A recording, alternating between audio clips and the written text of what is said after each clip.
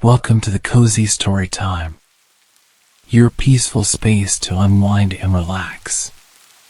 Before we start, make sure to subscribe and like the video for more cozy stories every night. Now, take a deep breath, get comfortable, and let's drift into a peaceful slumber together. This time I will tell you about Beauty and the Beast. Once upon a time, in a small village nestled in a lush valley, there lived a young woman named Belle. Her beauty was undeniable, but it was her intelligence and kind heart that truly set her apart. Belle wasn't like the other girls in her village, who were content with the simple pleasures of life, like gossiping or attending dances. Belle had a thirst for knowledge, a love for books, and an unrelenting curiosity about the world beyond the confines of her village. She spent most of her time in the small library at the heart of the village, poring over tales of distant lands, mythical creatures, and adventures that she could only dream of. Her dreams were filled with images of brave knights, heroic quests, and the mysteries of the world that she could never quite reach. It was in these books that Belle found solace, as she often felt out of place in her small, quiet village. Her father, Maurice, was an inventor, and though he was well-meaning and loving, he often got lost in his work. He was a gentle soul, but his peculiar inventions didn't always earn him the respect of the villagers. Some thought him eccentric, others simply didn't understand him. Still, Maurice and Belle shared a deep, unbreakable bond, and they loved each other dearly. Belle's love for books and her father's inventiveness were the two greatest joys in her life. One fateful day, Maurice decided to venture into the forest to present one of his latest inventions at a fair in a nearby town. He had been working tirelessly on a new contraption, an invention that he was sure would be his big break. Belle, however, had her doubts about the journey. She wasn't particularly fond of her father traveling alone, especially through the thick and treacherous woods that surrounded their village. The forest was mysterious, full of hidden dangers and creatures that only existed in the stories of old. Despite her concerns, Maurice set out early that morning, bidding Belle goodbye with a kiss on the cheek. He promised to return soon, and Belle, ever the optimist, wished him well, trusting that he would return as he always did. As the hours passed and the day grew older, Belle began to feel uneasy. There was a sense of something amiss.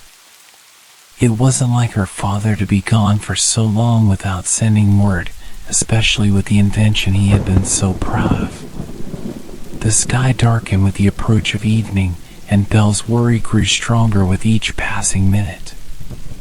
Unable to shake the feeling that something had gone wrong, Belle decided to search for her father. She took a lantern, bundled herself in a warm cloak, and headed out into the cold, misty evening. The village lay silent, and as she walked down the narrow, cobbled streets, a chill ran down her spine.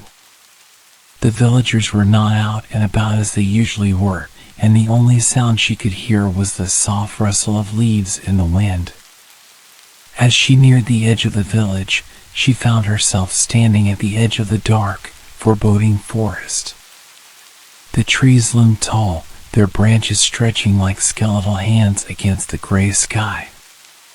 The forest seemed alive, full of whispered secrets and eerie noises that made the hairs on Belle's neck stand up. But she couldn't turn back now. She had to find her father. With courage in her heart, Belle ventured into the forest, the light from her lantern flickering as it guided her through the twisted paths. She walked for what seemed like hours, the deepening shadows around her growing more and more oppressive. The wind howled through the trees, and the air grew colder with each step. Yet Belle pressed on, determined to find Maurice. It wasn't long before she stumbled upon a large, imposing gate overgrown with ivy. This was no ordinary gate. It looked ancient, out of place, and its heavy iron bars seemed to groan under the weight of centuries. Curious and a little frightened, Belle stepped closer, noticing that the gate opened with a creak, almost as if it were waiting for her to approach. To her surprise, the gate swung open easily, and Belle, though wary, stepped inside. What she found beyond the gate was beyond her wildest imagination. The castle before her was enormous. Its stone walls towered high into the sky, their surfaces worn by time but still imposing. It was a place unlike any she had ever seen. Dark, mysterious, and yet undeniably beautiful in its own way. The windows of the castle were tall and arched, their glass cracked but still intact, giving the impression of a once grand structure now left to decay. As Belle walked closer to the castle, she could feel the weight of centuries pressing down on her. The air was heavy with a strange stillness, as if the very walls of the castle were holding their breath. She couldn't help but be fascinated by the eerie beauty of the place, but at the same time, a sense of foreboding washed over her. Suddenly, a loud noise interrupted her thoughts. She turned quickly and saw a dark figure approaching from the shadows. It was a large, terrifying creature, half human, half beast. Its eyes gleamed with an unsettling ferocity, and its movements were slow but deliberate. The beast, as she would come to know him, was a creature of immense size and strength, with sharp claws, a powerful build, and a face twisted with rage and sorrow. Belle froze, her heart pounding in her chest. She had heard stories of creatures like this, monsters that roamed the forests and haunted forgotten castles. But this was no mere legend. The beast was real, and he was standing right before her. Without a word, the beast grabbed Belle by the arm and dragged her into the castle. She was too stunned to resist, her mind racing as she tried to make sense of what was happening. Was this some kind of dream? Was her father still somewhere in the castle, or had something far darker happened to him? The beast locked Belle in a room high in the tower of the castle, and there she remained for what felt like hours. It was clear that the beast did not wish her harm, not immediately, at least, but the situation was no less terrifying. She had no idea what he wanted from her, nor why he had chosen to imprison her in his castle.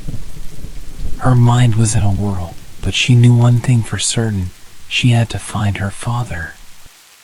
And no matter the creature who stood in her way, Belle was determined to uncover the mystery of the enchanted castle and the beast who had taken her father, and now her, hostage.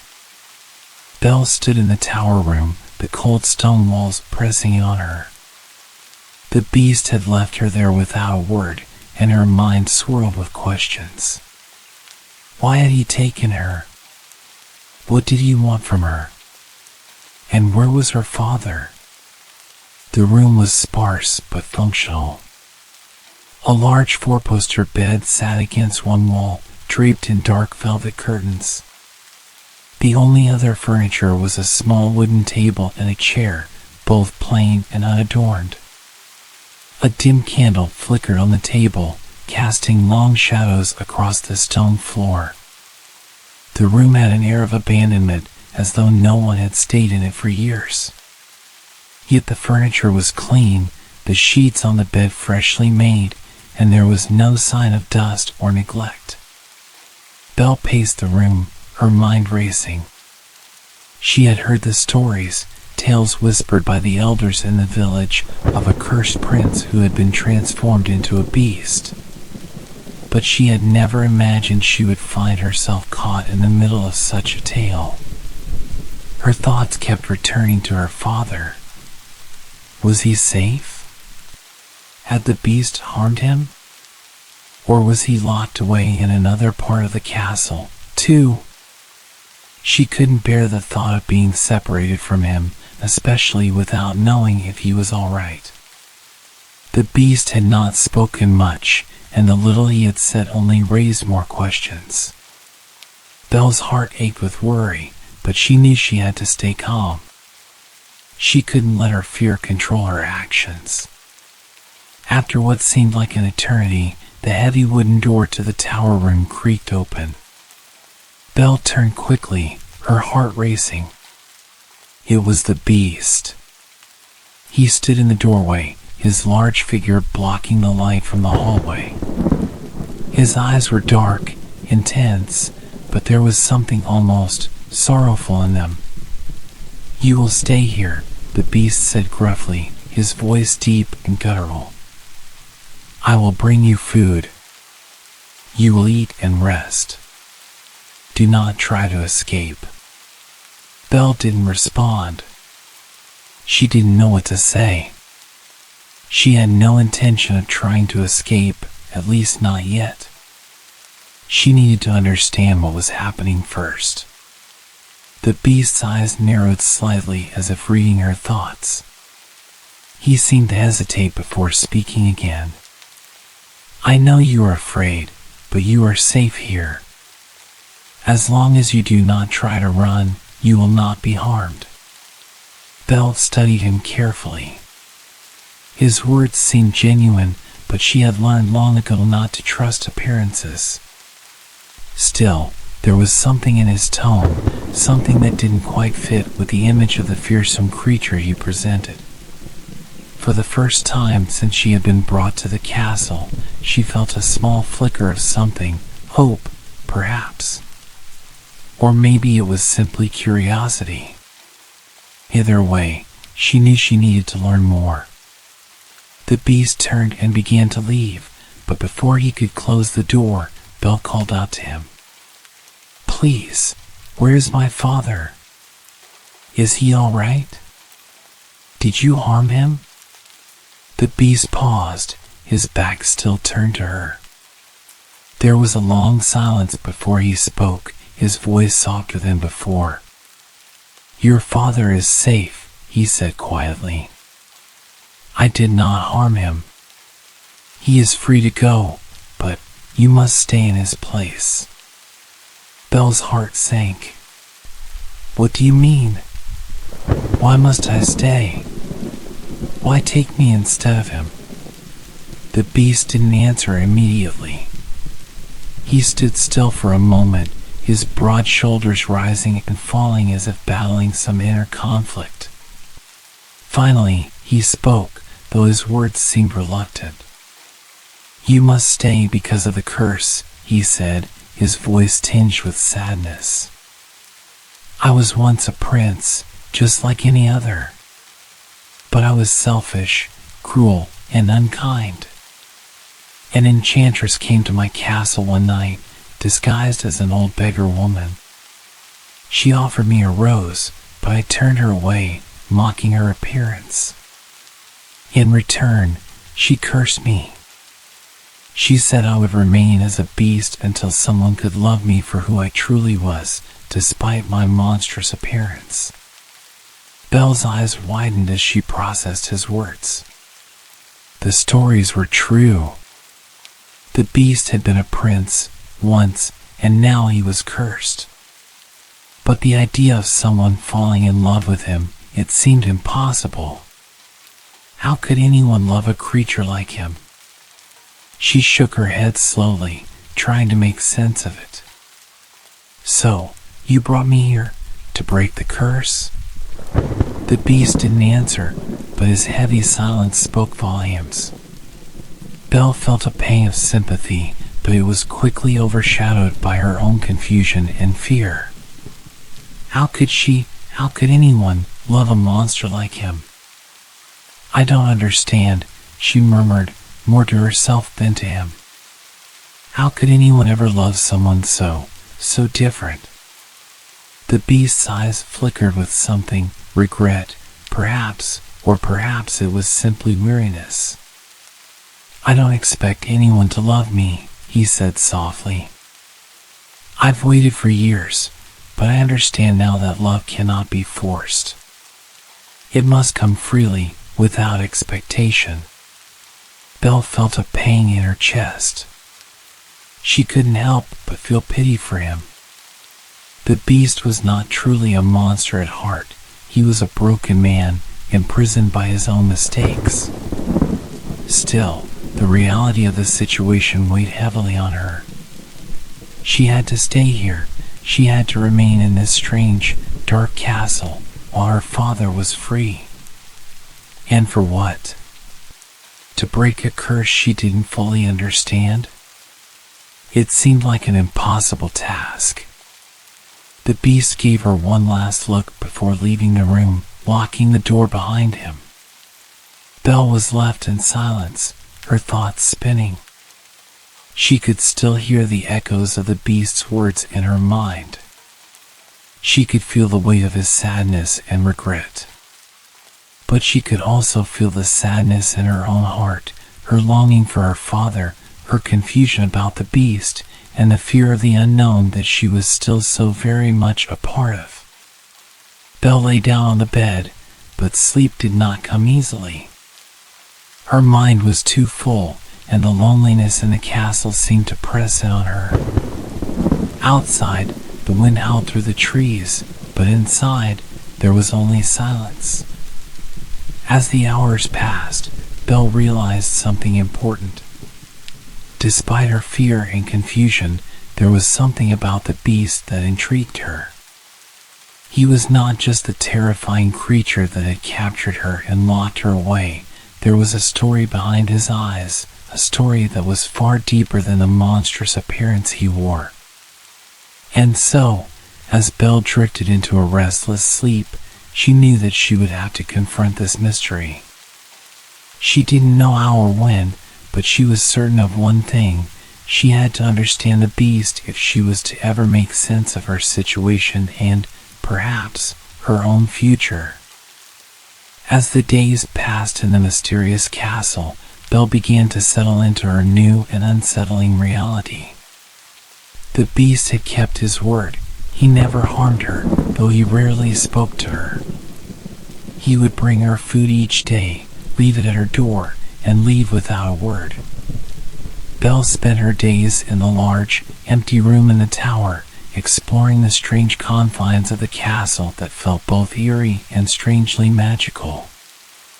At first, Belle had thought the castle was abandoned, its vast halls cold and silent. The walls were lined with portraits of people she didn't recognize, and the floors were covered with rugs that had been worn thin by time.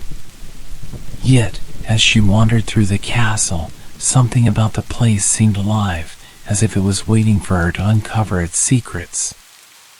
One afternoon, after feeling particularly restless, Belle decided to venture further into the castle than she ever had before. The doors were tall and imposing, but they creaked open with ease as she walked down long corridors lined with tapestries and old suits of armor. The air was cool, and the castle seemed vast, stretching out beyond what she could see. It was easy to get lost, and several times she found herself walking in circles, only to stumble upon the same grand staircase or hallway she had seen earlier. Yet, despite her growing curiosity, Belle couldn't shake the feeling that she was being watched. It wasn't the beast. His presence was usually so heavy and noticeable, but there was something else in the air, something elusive, that made her feel as if the castle was full of secrets waiting to reveal themselves. As she continued to explore, she heard a soft, musical voice echoing down the hallway. At first, Belle thought she might be imagining things, but the voice grew louder, and before she knew it, she was standing in front of a large door that she had not noticed before. It was slightly ajar, the faint glow of candlelight spilling out from the crack. With a mix of apprehension and curiosity, Belle pushed the door open. To her surprise, she found herself in an enormous library. Belle's heart skipped a beat. It was the largest library she had ever seen, stretching out in front of her with shelves stacked high with books. The walls were lined with tall wooden shelves, their surfaces laden with books of all kinds: history, philosophy, poetry, and fairy tales, just to name a few. It was a paradise for any book lover, and Belle's eyes widened with awe as she stepped into the room. "Welcome," a voice said, breaking her reverie. Startled, Belle turned around and found herself face to face with a group of enchanted objects, each one seemingly alive in its own way. There was Lumiere, the charming candelabra, who greeted her with a flourish, his flames dancing like fingers in the air. He was joined by Mrs. Potts, the warm and motherly teapot, who smiled at Belle as she poured some tea into a cup. And then there was Cogsworth, the meticulous clock, who seemed a bit grumpy, but his bark was worse than his bite. Belle blinked in disbelief. The objects, alive, talking, and moving, seemed to be the most peculiar, magical things she had ever seen. They had once been human servants in the castle, now transformed into enchanted beings by the curse that had befallen the beast. Yet they were not bitter or angry about their fate, as one might expect. Instead, they were warm and kind, offering Belle what little comfort they could in such a strange and forbidding place. "You've found our library," Lumiere exclaimed with a flourish. "A true gem of this castle, I assure you. It's a place of knowledge and adventure, much like your own books, non?" Belle smiled softly, grateful for the kindness in his words. "It's amazing," she said, running her hand along one of the shelves. "I've never seen so many books in my life." Mrs. Potts, her voice full of warmth, spoke next. "You're welcome to stay here as long as you like, dear. It's the one place in the castle where you can be at peace." Belle looked around in awe. She had always dreamed of a place like this, a sanctuary filled with books and stories waiting to be discovered. But even more than that, she felt a sense of belonging in this room. Though the castle was dark and full of unanswered questions, this small corner of it felt like home. For the next few hours, Belle lost herself in the pages of the books, each one a new adventure, a new story, a new world. She forgot about the castle's looming silence, the beast, and her worries about her father. In this space, she felt free. The enchanted objects had left her to her own devices, understanding that she needed time to explore and think. As the evening light began to fade, Belle reluctantly closed the last book she had been reading and returned it to the shelf. She realized that, while the castle's magic was overwhelming, it was also a place of solace, a place where she could lose herself in her books, just as she had always dreamed of doing in her village. But as she stood up to leave the library, a soft voice interrupted her thoughts. "You seem to enjoy the books, mademoiselle." Belle turned, and there, standing in the doorway, was the beast. Unlike the first time she had encountered him, Belle wasn't as frightened now. She had learned that there was more to him than met the eye. Despite his fearsome appearance, she could sense that he was not the heartless monster everyone in the village believed him to be. The beast seemed almost sad, like someone who had been forgotten by time itself. "I do," Belle said softly, meeting his gaze. "This library is incredible." The beast didn't respond immediately, his gaze flickering to the shelves before returning to her. "I thought you might like it," he said, his voice low. "It was one of my greatest joys before everything changed." Belle nodded, sensing the weight of his words. It was clear that the beast, despite his outward gruffness, still carried with him a deep longing for the life he had once had. And though he didn't express it openly, Belle could see that he was grateful for her presence in the castle. "I'm glad to have found it," Belle said quietly. "It makes this place a little less lonely." The beast paused for a long moment, his large, dark eyes studying her. Belle couldn't tell what he was thinking, but there was something in his gaze, a flicker of something deeper, something vulnerable. "You're welcome here, Belle," he said finally, his voice softer than before. "You are free to come and go as you please, as long as you remain in the castle." Belle didn't know what to say. There was so much to understand, so much to uncover, and so many emotions she didn't know how to process. But in that moment, standing in the grand library surrounded by enchanted objects, Belle felt a strange sense of peace. "I think I'll come here often," she said after a pause, her voice filled with quiet determination. "It's a place where I can think, and maybe, just maybe, begin to understand this place, and you." The beast nodded, a small, almost imperceptible smile tugging at the corner of his lips. "I'll leave you to your reading, then." And with that, he turned and left, the door closing softly behind him. Belle stood alone in the library for a few moments, her heart full of questions, her mind racing with possibilities. But for the first time since her arrival at the castle, she felt a glimmer of hope. There was more to this place than she had first realized, and perhaps, just perhaps, there was more to the beast, too. As the days turned into weeks, Belle's life at the castle slowly began to change. At first, the isolation felt overwhelming. The grand halls of the castle, though beautiful, had a heavy air of loneliness that clung to them like dust. The beast was still a mystery to her, and while he was kind enough to give her some freedom, there was still much she didn't understand. But one thing was clear, her days no longer felt entirely empty. Every now and then, she would encounter the beast in the halls or in the library, and their interactions, though brief, became more meaningful. Though their conversations were often awkward and tense, there was a quiet sense of understanding that seemed to grow between them with each passing day.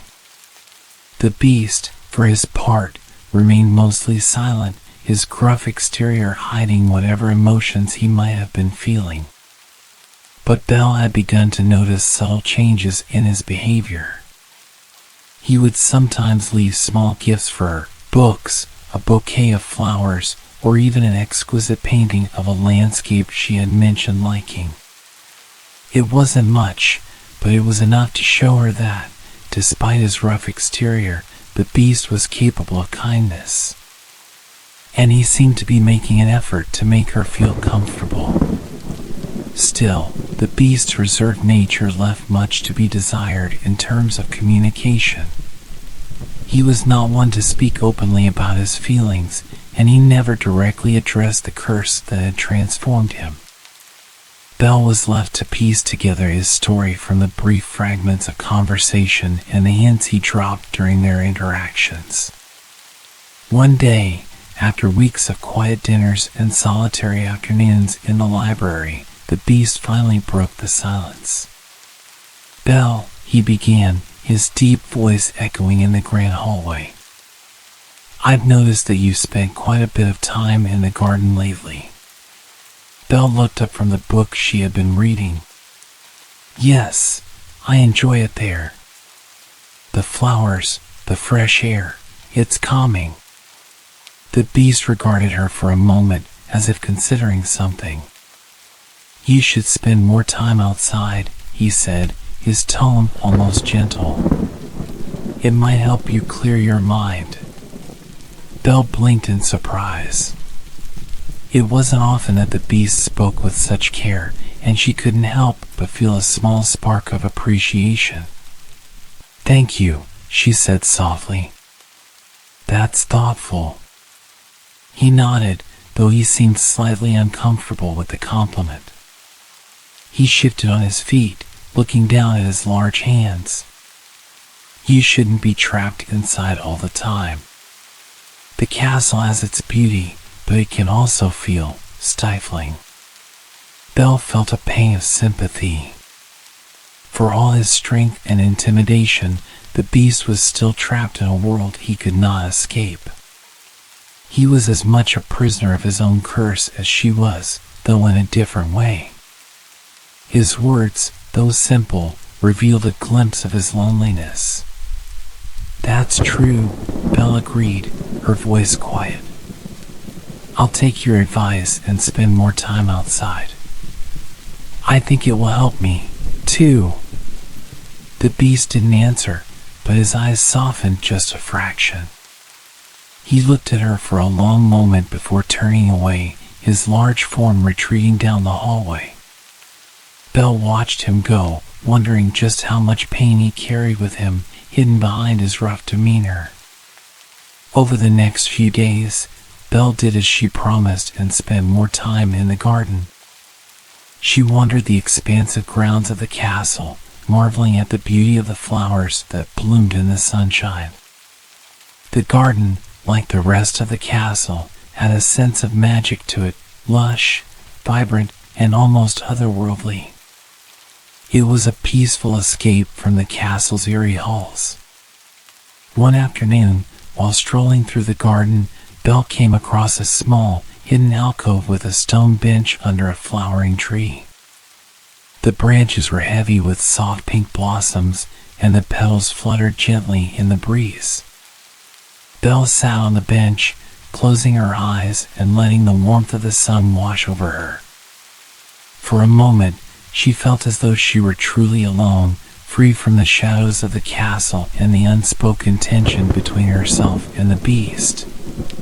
She lost track of time as she sat there, enjoying the tranquility.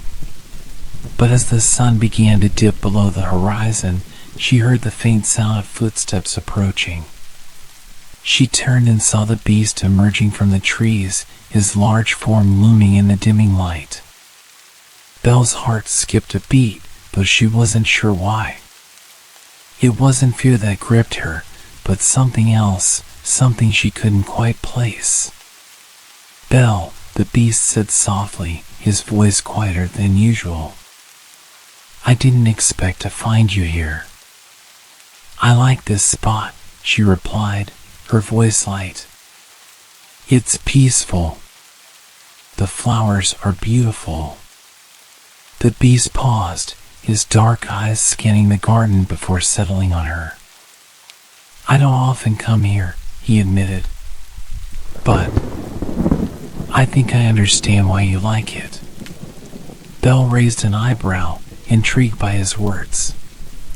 The beast had always seemed so distant, so wrapped up in his own sorrow. But now, as he stood there was something different in his gaze. For a moment, they simply stood there in silence, the sound of the wind rustling the leaves filling the air. "I'm glad you understand," Belle said quietly, feeling an unexpected warmth spreading in her chest. There was something comforting about his presence, despite the mystery surrounding him. She could see that, deep down, the beast wasn't just a monster. He was a person, someone who had suffered and was perhaps still trying to find a way out of his pain. The beast shifted uncomfortably, as if struggling with his emotions. "Belle, I didn't want to bring you here. I didn't want anyone to be trapped in this place. But now that you're here, You don't have to explain yourself," Belle interrupted gently. "I understand." The beast's eyes widened slightly, as if he had expected a different response. "You do?" Belle smiled softly. "I may not understand everything, but I know what it's like to feel trapped. And I know that no one deserves to be alone forever." The beast looked at her for a long time, his expression unreadable. Then, after a moment of silence, he nodded. "Thank you." Belle's heart softened as she saw the vulnerability in his eyes. For the first time, she realized that the beast was not just a prisoner of the curse. He was a prisoner of his own fears, his own guilt, and perhaps most of all, his own belief that he could never be loved. "I think we're both trapped in different ways," Belle said quietly, her words carrying a sense of understanding that had not been there before. "But maybe we can find a way out together." The beast didn't respond right away, but his gaze lingered on her, and for a brief moment, Belle saw a flicker of hope in his eyes, a small crack in the walls he had built around himself. "Maybe," he said, his voice low. "Maybe." And with that, the beast turned and walked back toward the castle, leaving Belle alone in the garden. But this time, there was no feeling of isolation. Instead, Belle felt a sense of connection that had not been there before. She wasn't sure what the future held or how long she would be trapped in the castle, but in that moment, she understood something important.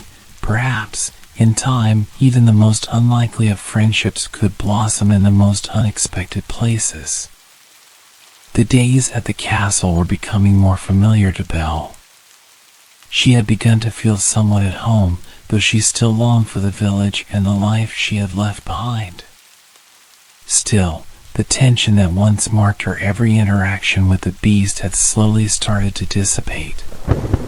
She was no longer afraid of him, though she still kept her distance at times. She had come to understand that the beast was more than just the terrifying figure she had initially encountered. He had layers, just as she did. One evening, after a long day spent reading in the library, Belle wandered out into the castle's grand hall. The air was crisp, the evening sun casting soft shadows against the stone walls. She had heard a few faint sounds, footsteps in the hallway, and as she turned, she found the beast standing near the doorway, watching her. At first, Belle felt the familiar twinge of unease that always accompanied his presence. But this time, there was something different in his posture. He wasn't looming over her, his eyes heavy with sadness. Instead, he seemed almost contemplative.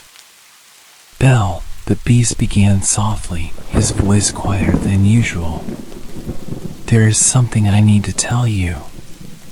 Belle raised an eyebrow, sensing the weight in his words. She had grown accustomed to the beast's silence, and when he spoke, it was always with great deliberation. She could tell this would be important. "I've been meaning to explain something to you," he continued, his eyes lowering as he paused. "I know you've been wondering about the curse."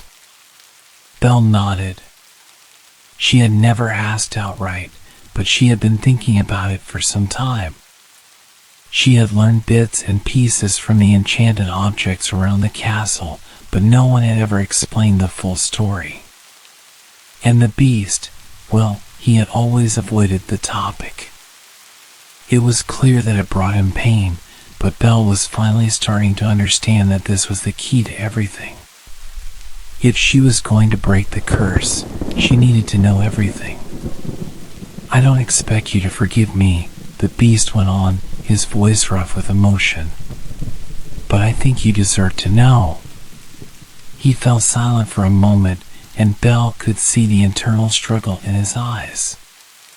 He seemed hesitant, almost as though the words were lodged deep in his chest, refusing to come out.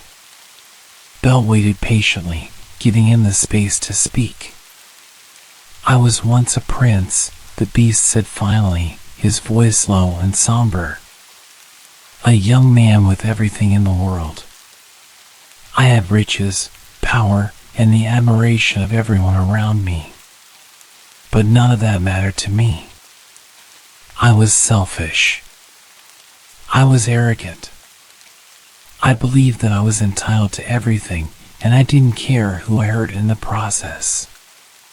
Belle listened intently, her heart aching for him. She could sense the deep remorse in his voice, the way his past haunted him. One winter night, the beast continued, an old beggar woman came to the castle. She was ragged and poor, but she offered me a single rose in exchange for shelter. I laughed at her, dismissed her, and told her that she was not welcome here. I didn't even look at her, I just saw her as someone beneath me. But the woman wasn't just any beggar. She was an enchantress, and she cursed me for my cruelty. Belle's eyes widened.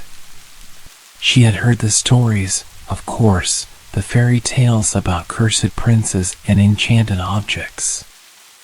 But hearing the beast's account, hearing it from his lips, made everything feel so real. She could feel the weight of his words in the air between them. Because of my arrogance, I was transformed into this, the beast said, his hand sweeping over his monstrous form. The curse will only be broken if someone can love me despite my appearance.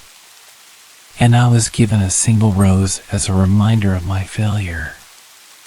That was the price for my pride. Belle felt a wave of empathy for him. She had known that there was more to his story than the angry creature she had first met. But hearing the full extent of his past made her heart ache.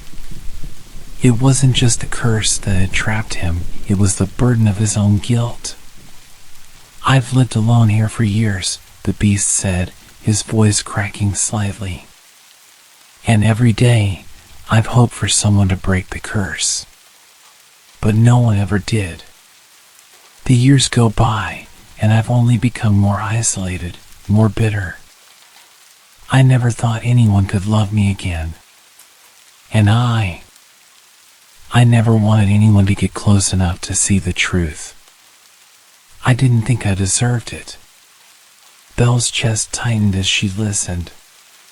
She could see now how much pain the beast had endured. It wasn't just the curse, it was the years of loneliness, the weight of his own actions.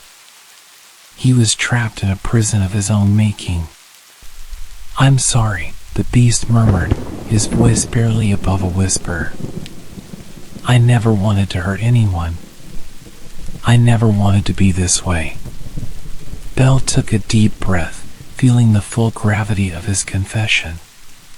She could see the beast for who he truly was now, not just a monster, but a broken man who had made terrible mistakes and had paid the price for them. But she also saw the glimmer of hope in him, the tiny spark that still lingered beneath the surface, waiting to be reignited. You don't have to apologize, Belle said softly. I understand. The beast looked up at her, surprised. He wasn't sure what he had expected from her, but it wasn't this. It wasn't forgiveness, not yet, anyway. But it was understanding. It was acceptance, something he hadn't dared to hope for in years. Belle stepped closer to him, her voice gentle but firm. We all make mistakes, she said. And we all deserve a chance to make things right. You've suffered enough. And maybe you can learn to forgive yourself. The beast stood frozen for a moment, his large form rigid as if he didn't know how to respond. But then something shifted in his eyes, a small flicker of something softer, more vulnerable. It was as if Belle's words had unlocked a door he had kept tightly shut for so long. You really think so? He asked quietly. Belle smiled, her heart aching for him. I do. For the first time in a long while, the beast didn't feel entirely alone. He had shared his story, and Belle had listened. She hadn't judged him, and she hadn't turned away. Instead, she had offered him something he hadn't thought possible, hope. And though they were still far from understanding everything about each other, the beast knew something had changed between them. There was no magic spell that could make everything right instantly, but there was something even more powerful than magic: kindness. And Belle had given him that gift. As the evening fell into a quiet silence, the Beast and Belle stood together in the grand hall, the weight of his confession hanging between them. But for the first time in a long while, the air seemed a little lighter, the path forward a little clearer. Though Belle had come to accept her life in the castle, the yearning for her old home never fully left her. The days, though filled with new experiences and moments of connection with the Beast and the enchanted objects, still felt like they were missing something. She had grown fond of the garden, spent countless hours in the vast library, and found solace in the companionship of Lumiere, Mrs. Potts, and the others. But no matter how comfortable she became in the castle, she couldn't escape the feeling that a piece of her heart was still at home in the small village where she had grown up. Every night before bed, she would stare out of the tall, arched windows of her room, her eyes tracing the darkened landscape. In her mind, she could almost hear the laughter of the villagers, the chatter of the market stalls, and the familiar creak of the doors to her father's workshop. She missed him terribly. The last she had heard from him was when he had left the castle, free to go back to the village, but she hadn't been able to return with him. As the days passed, Belle found herself standing by the large mirror in the Beast's hallway more and more often, gazing longingly into the glass. The enchanted mirror, a gift from the Beast, was a window into the outside world. It showed her what she wanted to see, and despite the kindness she had received at the castle, the desire to check on her father grew stronger with each passing day. She worried for him constantly. Was he safe? Was he still searching for her? Was he lonely? The Beast had given her the mirror with a gentle warning. He'd told her that it could show her anything she wished, but that it could also hurt her if she spent too much time yearning for the past. He had shared his own grief, the constant reminders of what he had lost, and he understood the difficulty of letting go. But Belle's heart was torn. She couldn't forget her father, the man who had loved her unconditionally and had raised her with such care. She knew that he might be struggling in her absence.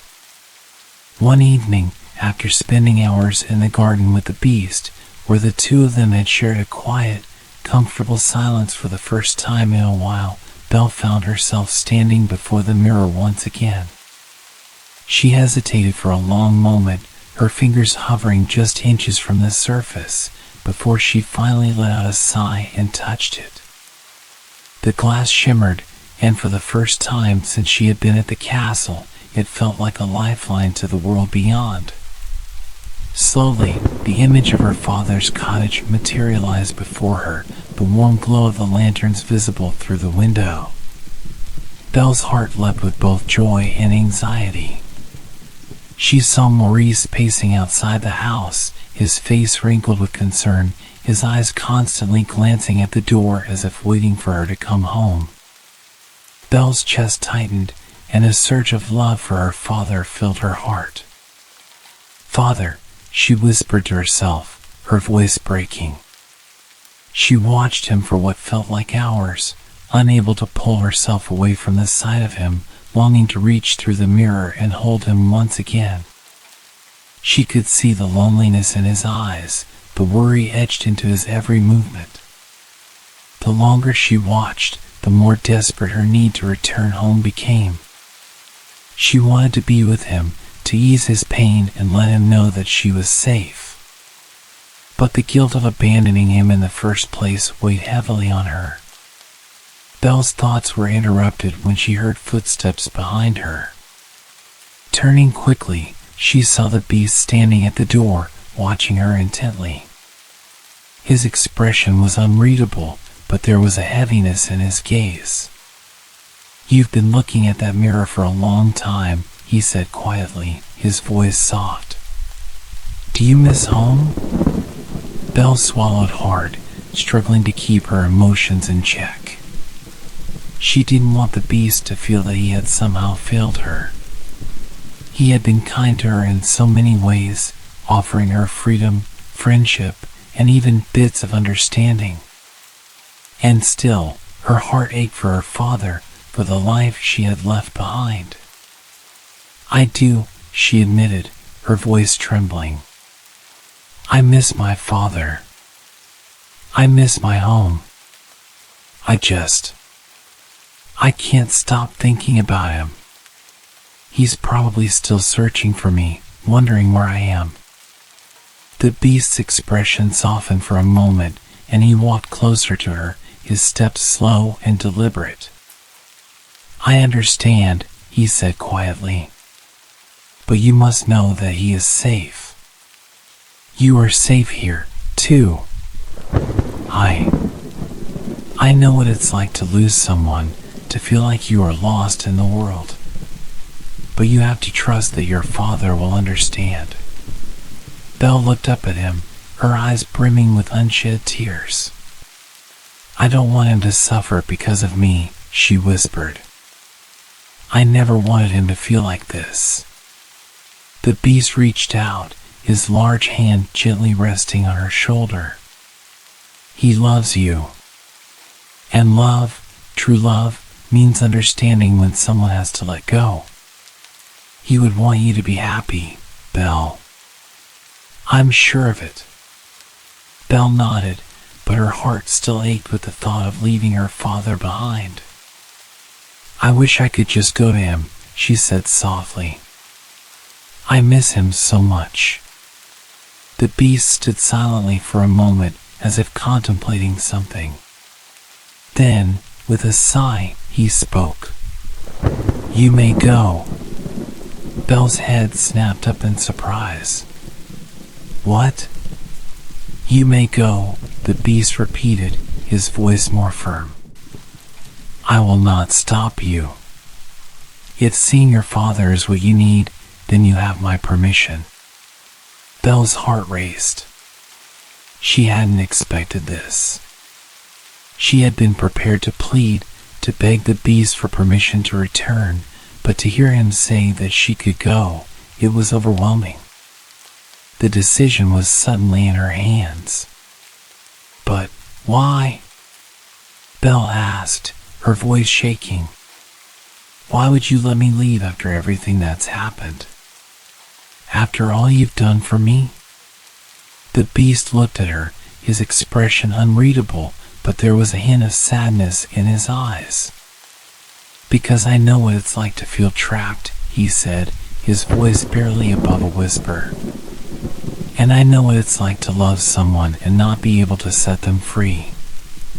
But I also know that love doesn't mean holding on tightly, it means letting go when the time is right.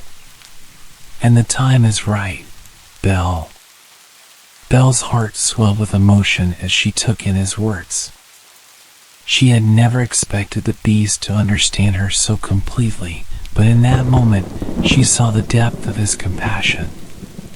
He wasn't just offering her freedom, he was giving her the chance to choose her own path. She had always wanted that, the ability to make her own choices without fear of being controlled or trapped. "I don't know what to say," she murmured, her voice thick with emotion. "Thank you." The beast nodded, turning away slowly. "You don't need to say anything. Just do what you feel is right." Belle watched him walk away, her heart torn in two. She knew that the beast's offer came with consequences, that leaving would mean leaving behind the chance to break the curse and bring healing to the castle. But her love for her father, her need to make sure he was safe and happy, was too strong to ignore. And as she stood there, looking back at the mirror that offered a glimpse into the world she had once known, Belle made a decision. She would go to her father one last time. Belle had made her decision. Despite the kindness the beast had shown her, despite the budding friendship and the understanding that had formed between them, the pull of her father was too strong. She had to see him again, to ensure he was safe and to apologize for the pain she had caused by leaving. Her heart was torn between the life she had begun to build in the castle and the life she had left behind. But she knew what she had to do. The beast had granted her permission to leave, and she had left the castle with a mixture of relief and sadness. She had walked through the garden one last time, letting the beauty of the flowers and the scent of the air linger in her memory. The beast's words echoed in her mind. He had let her go because he knew love meant freedom, not possession. It was a kindness that touched her deeply. But as Belle made her way through the forest towards the village, the weight of her decision began to sink in. She hadn't told the beast exactly when she would return, nor had she shared the reasons behind her sudden departure. But she had known, deep in her heart, that she couldn't stay away for long. No matter what, the beast had been part of her life now, and their bond, however fragile, was undeniable. Belle reached her father's cottage, and when she saw him standing at the door, his eyes lighting up with recognition and relief, her heart soared. She ran to him, her arms opening wide as they embraced. The reunion was filled with tears and laughter, the pain of their separation quickly melting away as they shared stories of what had happened since they last saw each other. "Belle, you're safe." "I've been so worried," Maurice said, holding her tightly. "I've been trying to find you, but I didn't know where to look. I didn't want to give up on you." "I'm so sorry, Father," Belle whispered, pulling back to look at him. "I never meant to worry you. I've been safe, but things have changed. I need to explain everything." As they sat inside the cottage, Belle told her father about the beast, about the castle, and the curse that had trapped the beast for so many years. Maurice listened intently, his concern for his daughter evident, but there was also a deep empathy in his eyes. He could see that Belle was torn, that she had been changed by her experiences. "I understand now," Maurice said softly after Belle had finished. "You found something there. A life, a new understanding.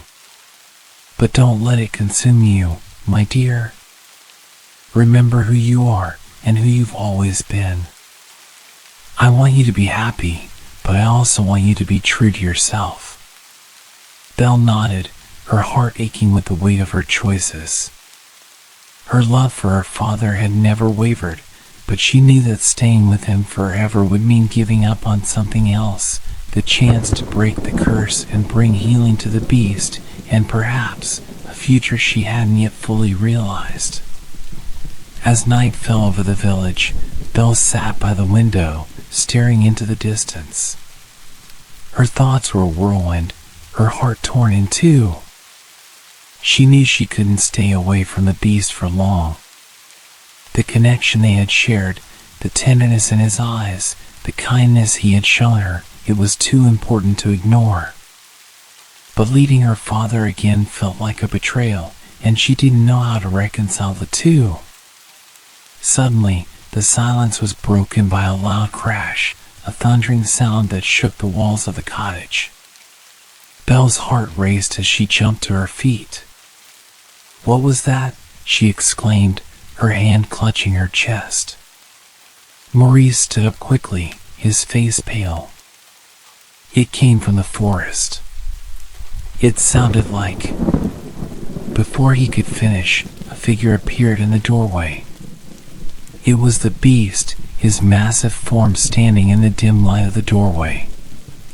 His eyes were wild with pain and desperation, and he was covered in scratches and bruises. He was no longer the calm, composed creature she had known. He was unrecognizable in his fury, his anger almost tangible. "Beast!" Belle exclaimed, rushing towards him, but the beast raised a hand to stop her, his voice hoarse with emotion. "No, "Don't come near me," he said, his voice trembling. I couldn't let you go. I couldn't bear to lose you." Belle froze, her eyes wide with shock. The beast's transformation was not just physical, something in him had shifted. It was as if he had been broken open by the thought of losing her. "Why didn't you stay?" the beast continued, his voice thick with pain. "I gave you the freedom to leave, to be with your father, but I didn't want you to leave me. I couldn't live with the thought of never seeing you again." Belle stepped forward cautiously, her heart aching for him. "Beast, you have to understand. I love my father. But that doesn't mean I want to leave you. I need to be sure of what I'm doing. I need to know that I'm not making the wrong choice." The beast's eyes widened, and for a moment there was a flicker of hope in his gaze. But then his shoulders slumped, and his expression fell into one of deep sorrow. "I was wrong, Belle. I've always been wrong. I tried to keep you in the castle, to hold on to you, but I didn't understand what love really is." Belle reached out gently, placing a hand on his arm. "You're not wrong. You've been hurting, too. We both have." In that moment, something changed. It was as if the very air between them shifted, and Belle could feel the weight of their unspoken bond. She knew then that the beast was not just a victim of the curse. He was a man who had learned, slowly but surely, what it meant to love and to let go. And now, he was willing to let her go, if that was what she needed. But before she could speak again, a brilliant light filled the room, blinding them both. The beast gasped, and Belle looked around in confusion. The enchanted mirror shimmered, and a powerful magic filled the air, swirling around them. The light grew brighter and brighter, and suddenly, the beast's form began to change. His features shifted, his large, monstrous body shrinking as the magic enveloped him. Belle watched in awe as the beast's face morphed, becoming the face of a man, tall, handsome, and regal. The beastly claws and fur receded, leaving behind a human figure, one that resembled the young prince he once had been. Belle's breath caught in her throat as she saw him, the man who had once been cursed, now free from his monstrous form. The curse had been broken. The beast was no longer a beast. Tears welled in Belle's eyes as she stepped closer to him. You're human again." The prince, once the beast, nodded, his eyes filled with emotion. "You've done it, Belle. Your love, your kindness, it broke the curse." Belle smiled through her tears, her heart swelling with joy. "It was never just me. It was always about understanding and forgiveness." As they stood there, the last remnants of the curse faded away, and the prince took Belle's hand in his. The world around them seemed to fade into the background, the bond they had formed in the face of the curse stronger than ever. But even with the magic lifted, Belle knew that this was just the beginning. Their journey together had only just started, and together they would face the future, not as a beast and a captive, but as two people who had found their way to each other through love and sacrifice. The transformation was complete, and standing before Belle was not the beast she had come to understand and care for, but a young, handsome man, the prince he had once been. His features, though familiar, were now softer, the harshness and sadness replaced by a gentleness she had never expected to see in the beast. His eyes, still filled with the depth of the life he had led, now shone with an openness Belle had never witnessed before. Belle reached out to him, her fingers trembling as they brushed across his cheek. You're human again." The prince nodded, his voice hoarse but filled with wonder. Thanks to you, Belle. It's your love, your kindness, that broke the curse. I had lost hope that anyone could ever see past the monster I became, but you did. You looked beyond the surface, and you loved me for who I truly am. Tears filled Belle's eyes as she smiled, her heart overflowing with emotions too complex for words. It wasn't just you who needed to be free, you know. It was both of us. The prince took a step closer to her, his large hands gently grasping hers. And now we are free, together. The world around them seemed to pause for a moment, as if holding its breath. The grand hall of the cottage, once dark and silent, was now filled with the warmth of magic, love, and possibility. Belle and the prince stood facing each other, the weight of their pasts finally lifting, leaving only the promise of a future together. Behind them, the enchanted objects in the castle, who had been transformed back into their human forms as well, watched with smiles of their own. Lumiere, Mrs. Potts, Cogsworth, and the others cheered softly, their joy evident in the way their eyes sparkled. It wasn't just the beast who had been freed from his curse, but all of them. The castle, once cold and lifeless, was now alive again, filled with warmth, laughter, and love. Belle looked around at the faces of the people who had become her family during her time in the castle, and a sense of peace washed over her. She had found more than just a home here. She had found love in its truest form. Father, she said softly, turning to Maurice, who had been standing by, watching with tears in his eyes. I want you to know that I've found my place. And it's here, with all of you. Maurice smiled through his tears, his heart swelling with pride and happiness for his daughter. I can see that, my dear. I see it in your eyes. And I've never been more glad to see you happy. The prince looked at Maurice and stepped forward, bowing slightly in respect. I promise you, sir, I will love and protect your daughter for as long as I live. She means more to me than anything else in this world. Maurice's eyes softened, his heart warmed by the sincerity in the prince's words. I can see that. Take care of each other, and know that my blessing is with you both. Belle, her heart brimming with emotion, turned back to the prince, her eyes locking with his. There is so much we've been through, so much we've learned, she whispered. But now, we get to write our own story, together. The prince smiled, his heart echoing with the same sentiment. Together, always. As the evening drew to a close, the newly reunited family, Belle, her father, and the prince celebrated the end of one chapter and the beginning of another.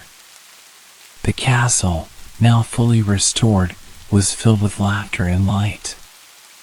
No longer a place of isolation and sorrow, it was now a place of joy and warmth. The enchantment had lifted, but the magic of their bond of love, kindness, and understanding remained. And in the years that followed, Belle and the prince ruled with wisdom and compassion, always remembering the lessons they had learned during their time apart. They never took for granted the love that had blossomed between them, and they shared it with everyone around them. The people of the kingdom, who had once feared the beast, now celebrated the prince for the man he had become.